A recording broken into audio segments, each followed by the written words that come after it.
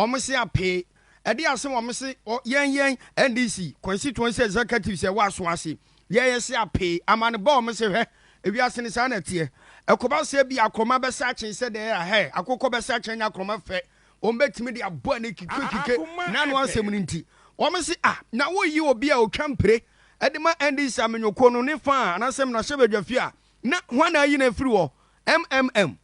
ona bu Muntaka Muhammad broni be na pani na ye ya wo dwonsesio ni nkati oba asesi ai waye wadwene se oba abeyi Muntaka de afiro na onim se uba Kumase ne mpatamu a NDC fo wakonya ba akopɛ ewo Kumase ye tresa akonya no eno de NDC fo dea ye mu ɔden pa ba de se MPP fo betima abegye enti ukwakoyi Muntaka de afiro se mpretwa ewo eye bia fo se Ghana mrahye badwamu onom no wonim se betima ahomo emo makonya bia 2024 peso mo esatena so biem no sabredi ebia na o matima lusu sa akonya no na yewura William Savans Inkum ene NDC fompanifo bia wo mo asoase abeto mpesua no so edi nkomo na se do mo bu afu no mo ma yentie bi wa Ide nukwe de miti ende anyamide kura because the man anyamide ni say uhwe tama ye be speaker of parliament anka nye Muntaka na jina ni nan so e kire se we zongo ni ba anka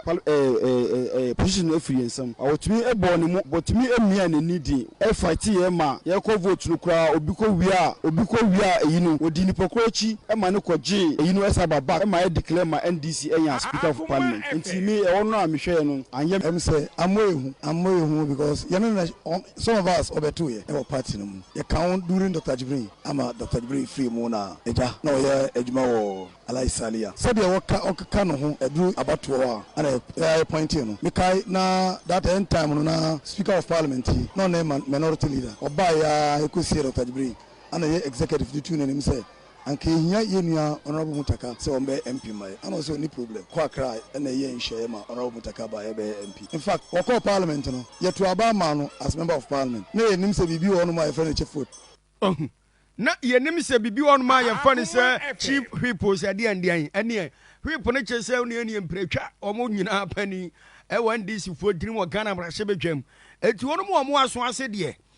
party man bi si da bi omo de omo nte ase adwuma pani na bopa yesi won koye MP a mo de na koye chief whip se de enti se esuedi nkete ne mpanifo da party na no ebeyi yewura Muntaka de na firo de omo so ne mpanifo ya adwene na enyeye wo kyena ka ho bi adehye wa tamale so se ne yewura Johnson asiedu